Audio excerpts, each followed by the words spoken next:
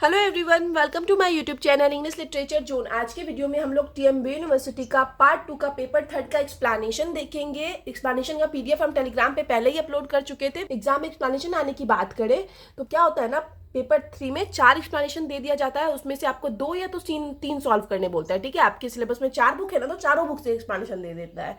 तो उसमें क्या होता है ना, अगर 2 आएगा तो वो आपको 16 मार्क्स का आएगा, 8 नंबर का हर आता है, या तो 3 आएगा तो या वो 24 मार्क्स का आएगा। ठीक है, तो सबसे पहले जो है आप लोग के सिलेबस का बुक लव फॉर लव, उसके एक्सप्लेनेशन को देखेंगे। और एक्सप्लेनेशन की लाइन की अगर मैच करने की बात करें तो इसका चांस बहुत मतलब 50% होता है कि मैच करेगा, क्योंकि बुक की जो कहानी है काफी बड़ी है, तो कोई भी नॉर्मली 3-4 लाइन आपको उठा के दे देगा, बोलेगा क्या कि इसको एक्सप्लेन करने। तो इसलिए यहाँ पे हम बता रहे हैं कि 50% चांसेस है कि मैच करेगा।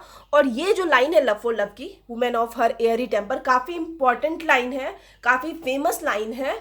तो इस वजह से इस लाइन को हम एक्सप्लेन किए हुए हैं। और अगर कब थोड़ा सा भी आपको हिंट्स मिल जाए लाइन पढ़ के कि ये लव फॉर लव से एक्सप्लेनेशन है, नॉर्मली आपको लाइन पढ़ के ही समझना होगा कि कौन सा एक्सप्लेनेशन किस बुक से दिया हुआ है। या तो फिर आपके पास जो गैस पेपर होता है ना, गैस पेपर से पढ़ के समझो कि किस तरीके से आप समझोगे, कौन से वर्ड के थ्रू या क्या मीनिंग निकालोगे, जिससे आपको समझ में आ जाए कि एक्सप्लेनेशन मैकबेथ से आया हुआ है, 12th नाइट से आया हुआ है, the importance of being earnest, या फिर कोई कैरेक्टर का नाम आ गया उस 4 लाइन के बीच में। तो इससे भी आपको क्लियर हो जाएगा कि ये जो एक्सप्लेनेशन है इससे दिया हुआ है। ठीक है, तो ये सब थोड़ा आपको लाइन पढ़ के ही पता लगेगा। और क्योंकि हर बार मोस्टली चांसेस क्या होता है कि एक्सप्लेनेशन अलग अलग ही आता है, 50-50% चांसेस होता है कि मैच करेगा। तो लव फॉर लव का जो सबसे इंपॉर्टेंट था आपकी बार के लिए वो है women of her airy temper. और ये क्या हुआ, लास्ट ईयर भी नहीं आया है और सबसे फेमस लाइन है लव फॉर लव का, इस वजह से इसको हम सॉल्व किए हुए हैं। तो देखते हैं, एक ही हम एक्सप्लेनेशन सॉल्व किए लव फॉर लव का। और इसका जो फर्स्ट स्टैंजा है ना, वो कोई भी एक्सप्लेनेशन आपको आ जाए लव फॉर लव से, वो आप सेम रख सकते हो, कोई दिक्कत नहीं है। और नीचे का आप जो है, और बाकी जो नीचे का है वो आप समरी याद कर ही रखे हो लव फॉर लव से। लव फॉर लव से एंजेलिका कैरेक्टर आपको प्रिपेयर करवाएंगे है, उसी सब में से कुछ सोच के थिंक करके लिख देना, छोड़ना मत। छोड़ने से क्या होगा, आपको मतलब बिल्कुल 8 मार्क्स में कुछ नहीं मार्क्स मिलेगा। बट अगर आप थोड़ा बहुत लिख देते हो ना, तो आपको 3-4 मार्क्स मिलने के चांसेस हो जाते हैं। तो इसलिए हम हमेशा बोलते हैं आप लोग को कि कोई भी क्वेश्चन छोड़ा मत करो पूरी तरह से, उसमें कुछ ना कुछ हमेशा लिखा करो। तो इस लाइन को एक्सप्लेन करते हैं। ठीक है, तो क्या है, सबसे पहले हम लोग लिखेंगे this lines have been taken from a restoration comedy love for love, की ये जो लाइन है लिया गया है एक restoration comedy love for love से, written by a great playwright William Congreve, जिसको कि लिखा गया एक महान प्ले राइट विलियम कंग्रीव के द्वारा। ये सब लाइन ना, हम ये स्टार्टिंग वाला लाइन ये हमेशा हम समरी में जब भी आप लोग को बताते हैं उसमें इंट्रोडक्शन वाले पार्ट में यूज करते ही हैं। तो ये सब लाइन आप लोग के लिए याद करना भी आसान हो जाएगा कि आप एक बार पढ़ोगे आपको ध्यान रहेगा। अब आगे है, it is one of the Congreve's 2 best known plays, मतलब कनग्रीव के 2 बेस्ट नॉन प्लेस में से एक था लव फॉर लव।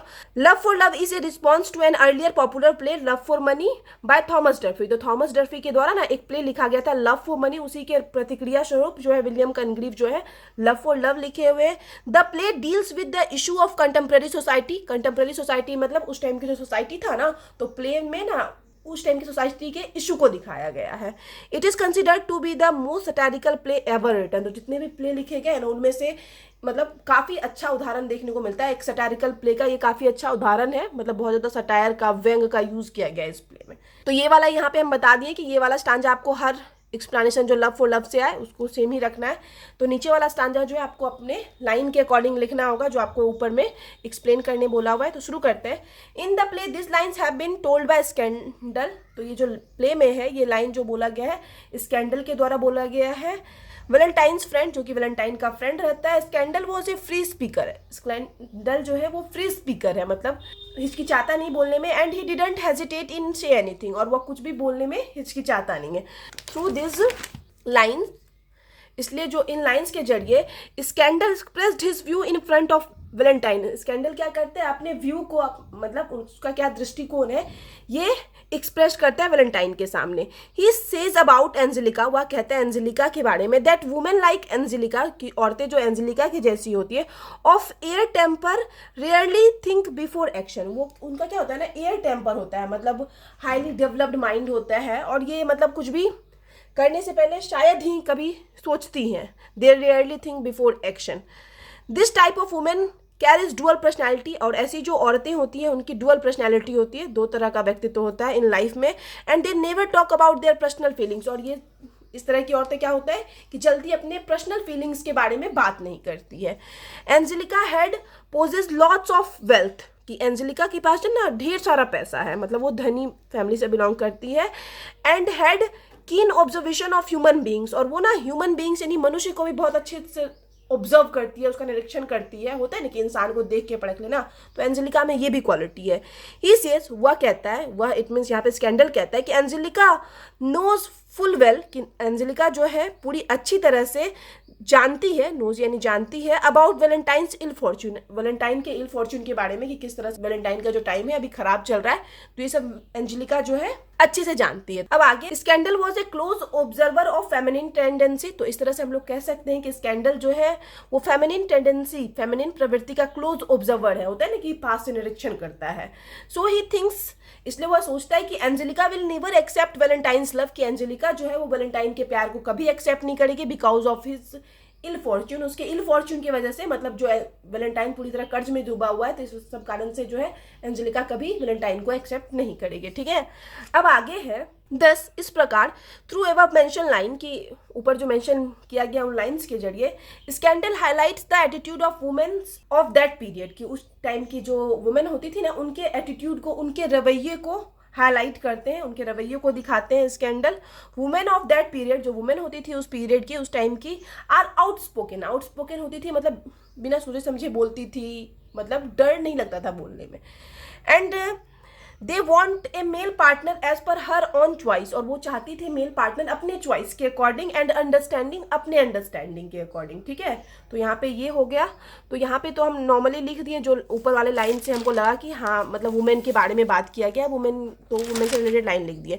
यहाँ पे अगर आपको लव के बारे में बात किया गया हो, तो एक जो हम समरी लिखवाए हैं तो उसमें लव के बारे में बात किए हैं, सोसाइटी के बारे में बात किए, तो जिस तरीके का लाइन आएगा ना, तो आपको एंड उसी तरीके से करना है कि यहाँ पे जो है मतलब उस टाइम की सोसाइटी के बारे में बात की जा रही है, तो इस तरीके से ही लिखना है। अगर आप समरी याद कर रखे हो, एंजेलिका का कैरेक्टर याद कर रखे हो, तो आप कंफर्म है उसी के कंक्लूजन वाले सेक्शन में से कुछ नीचे ऐड कर सकते हो। तो ये हो गया लव फॉर लव का। अब हम लोग the importance of being earnest का देख लेते हैं। The importance of being earnest का एक्सप्लेनेशन भी काफ़ी नॉर्मल लैंग्वेज में है। इसमें हम आपको लोग को 3 एक्सप्लेनेशन इंपॉर्टेंट बताए हैं। सबसे पहले जो है explanation, the truth is rarely pure and never simple, इस तरीके से शुरू होगा। तो इस वाले एक्सप्लेनेशन को आप लोग को कैसे सॉल्व करना है, फिर से जो फर्स्ट स्टांजा है आपको पढ़ के ही पहले तो ये आपको जो एक्सप्लेनेशन का लाइन है वो पढ़ के ही समझना पड़ेगा। ये the importance of being earnest से आया हुआ है, ध्यान से पढ़ोगे तो समझ में आ जाएगा। और फर्स्ट वाला स्टांजा जो है आपको सेम रखना है, कोई भी एक्सप्लेनेशन आ जाए the importance of being earnest से आप बिल्कुल सेम रखोगे, कोई प्रॉब्लम नहीं होगा। तो शुरू करते हैं the importance of being earnest का। This lines have been taken from Oscar Wilde's comedy the importance of being earnest. जो ये लाइन है वो लिया गया है ऑस्कर वाइल्ड की comedy the importance of being earnest से। It is a farcical comedy, यह एक फार्शियल कॉमेडी है that mocks the culture and manner of Victorian society, जो कि विक्टोरियन सोसाइटी के कल्चर का, मैनर का मजाक उड़ाती है। ठीक है, कौन सा प्ले जो है the importance of being Ernest.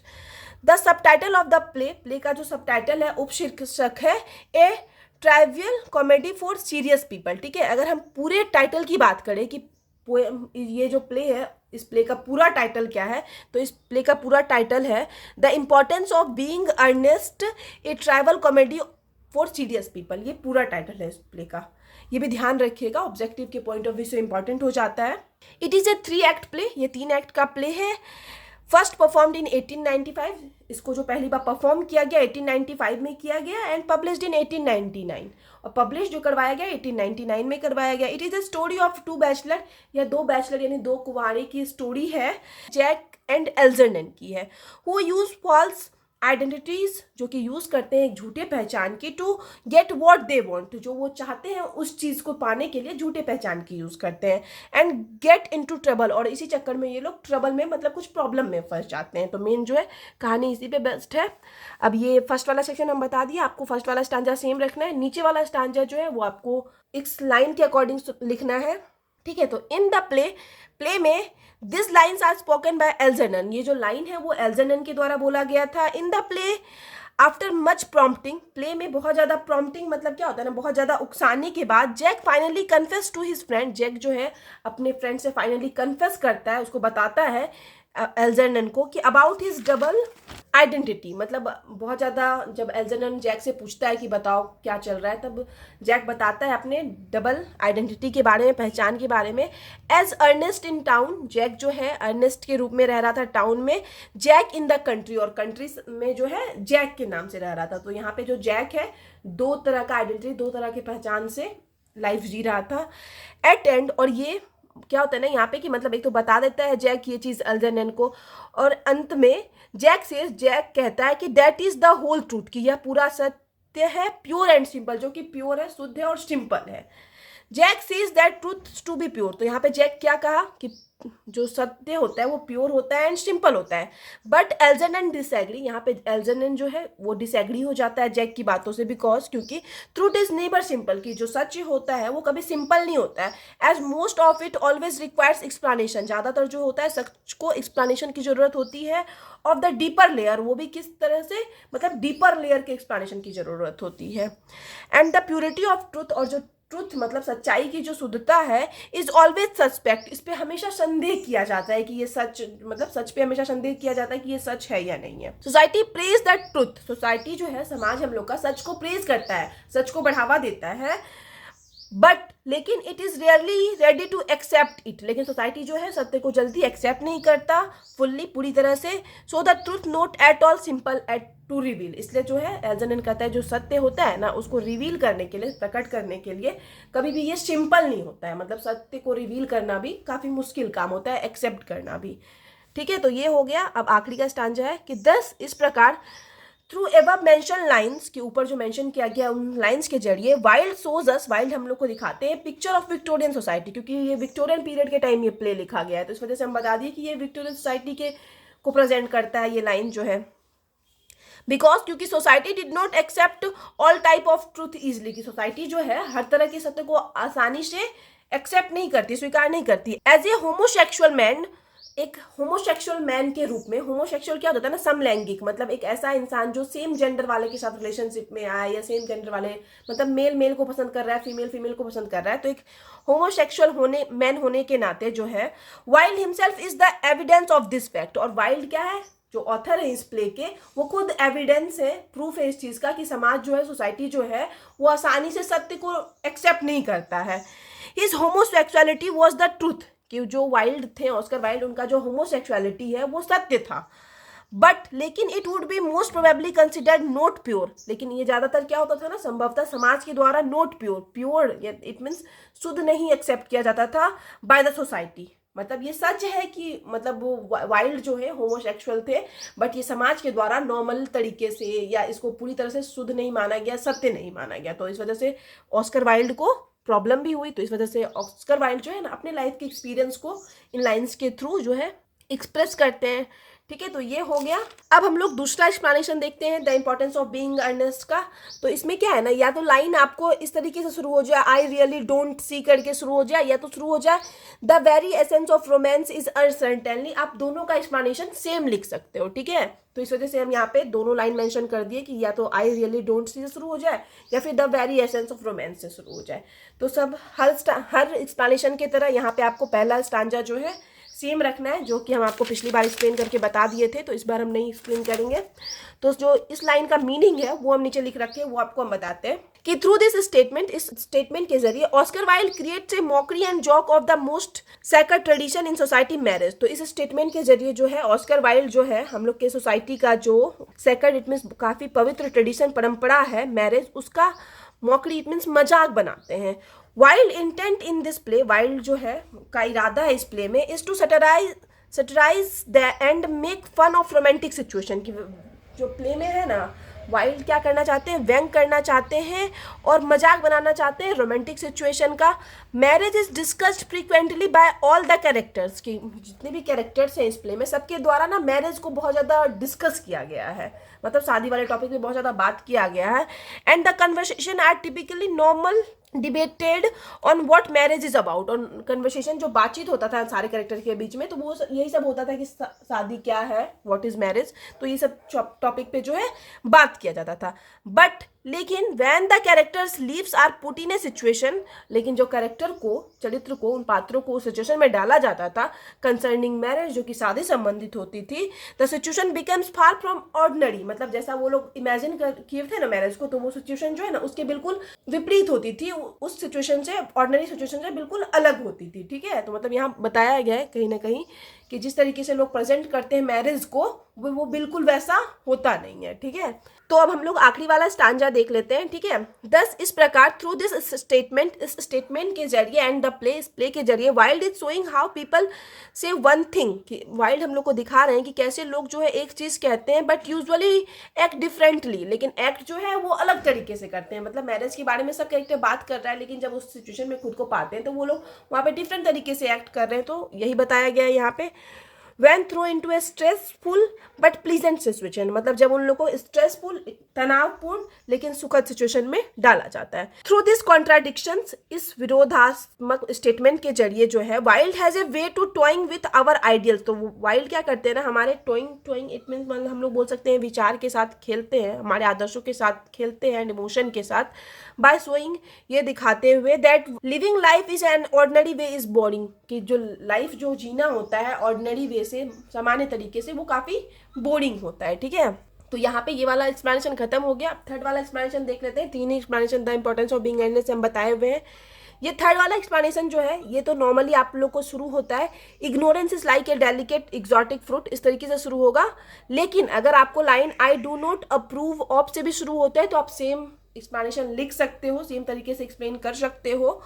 तो ये दोनों ध्यान रखना है कि आई डू नॉट अप्रूव से शुरू हो या इग्नोरेंस से शुरू हो, तो वो सेम ही होगा। तो फर्स्ट स्टांजा पिछले एक्सप्लेनेशन की तरह इसमें सेम होगा। तो सेकेंड जो स्टांजा लिखना है उसमें आपको लिखना है इन दिस लाइन्स, की इन लाइन्स में Lady Bracknell thinks, Lady Bracknell जो है सोचती है, of ignorance as a virtue of the rich, कि इग्नोरेंस जो होता है, इग्नोरेंस इट मीन्स यहाँ पे क्या हो जाता है ना कि नॉलेज की कमी या इन्फॉर्मेशन की कमी, वो है ना वर्च्यू, एक गुण के रूप में देखा जाता है रिच का, मतलब अमीर लोगों का। सी स्पीक्स, वह बात करती है, this lines as a part of her inquiry into Jack suitability for marriage, मतलब जब वो जैक का मतलब देख रही थी कि जैक कितना सुटेबल है, कितना योग्य है शादी के लिए, तो इस इंक्वायरी के दौरान, इस जांच के दौरान ये लाइन यूज करती है Lady Bracknell. She has just told him, वह उसको बस बताती है कि she believes that a man who wants to marry, कि एक आदमी जो शादी करना चाहता है, शुड नो एवरीथिंग और नथिंग, या तो उसको सारा कुछ जानना चाहिए या तो फिर कुछ भी नहीं। And Jack sensing the trap, और जैक को यहाँ पे जो है ना एक ट्रैप फील होता है कि कहीं ना कहीं वो उसको फंसाया जा रहा है, had said he knows nothing, वह बता देता है क्या कि उसको कुछ भी नहीं पता है शादी के बारे में।